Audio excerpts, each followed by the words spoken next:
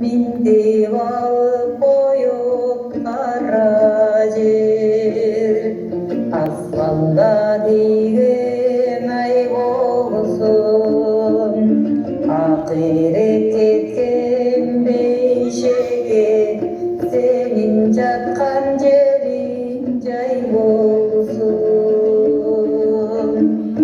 Ejeke, sağlıkınız. Opol Toğdoy ağayındın arkasında жети баласы жана жан шериги сиз барсыз.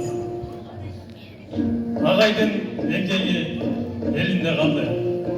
Эл үчүн наар көтөргөз эмгеги калды. Эли агайдын эмгеги менен сыймыктанып, өзү туулуп өскөн Арал айылдагы орто мектепке ысымын ыйгарышты. Буюрса, ошол мектептен 5 агайдай болгон insanlar жетилип чыгаар деп ишеним арталым. Мен Тынчтыкбек Чороев, 5 агайдын шакирти.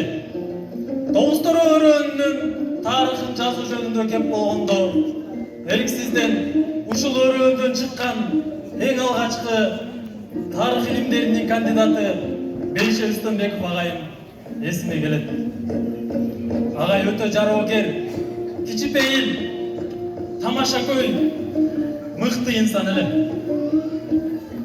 Анын элеси эсибизде жашайт. Анын илимий педагогдук салымдары мындан нары дагы элине кызмат кыла бермекчи.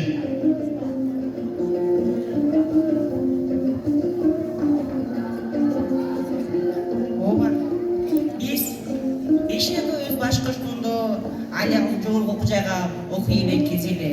Бейшенин окууга шыктан окуп калышына атасынын карындашы Батмакан Алиева эжебиздин орду чоң.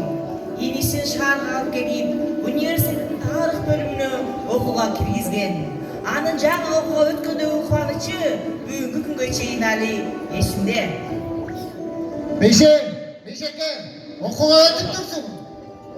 Ой, кана, чын элеби? Баарыбыз окууга өткөн турбайбызбы? Эми окууга өтүп кубанычыбызда чек жок.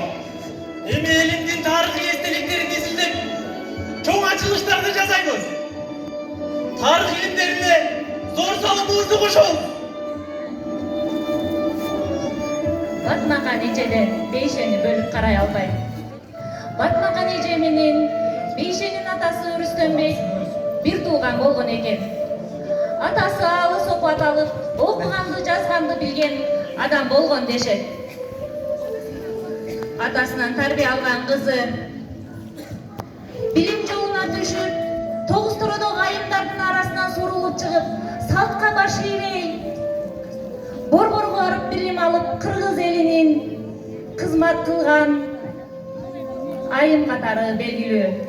Бейше менен чогуу барып, Батмакан эженин сый урматын, таалим, тарбиясын алып калдым. Бейшеде Батмакан эженин айрым мүнөздөрү бар эле. Жоопкерчиликтүү, билгич, уюштургуч. Ошондуктан тарых факультети эң жакшы баада кызыл диплом менен аяктады. Ошентип окууну аяктап, дипломду алгандан кийин өкмөттүн жолдомосу менен биз ар тарапка тарадык. Мен болсо Бейшенин айрым китептерине редакторлук кызмат аткардым. Анын мектеп окуучулары үчүн кыргыз тарыхынын кыскача энциклопедиялык сөздүгү деген китебин жаздырууга келгенде Бейшекенин кубанычында сөз жок эле. Ал Тогуз-Тороо элинин бир топ тарыхчыларын тарбиялап, билим берүү тармагына мыкты, чыгаан тарыхчыларды даярдап, артына өчпөс из калтырып кеткендигине замандашы катары, курсташы катары өтө сыймыктанам.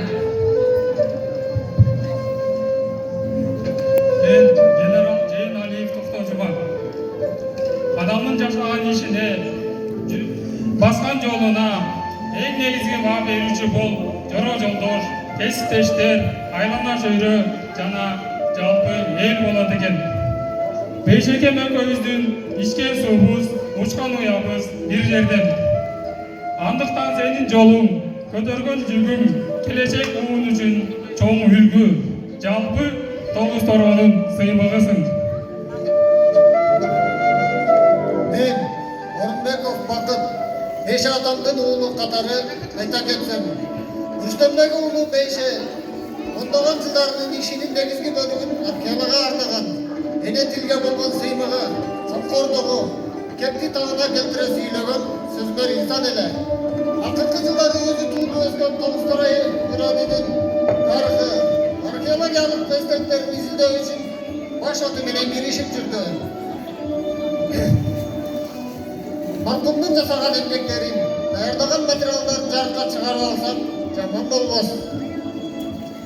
Алтын чөйчөктүн кулуну Бейше агай өз өрөнү жөнүндө өзгөчө Тогуз Торонун тарыхын жанын үрөп изилдеп топтогон маалыматтарын калтырган.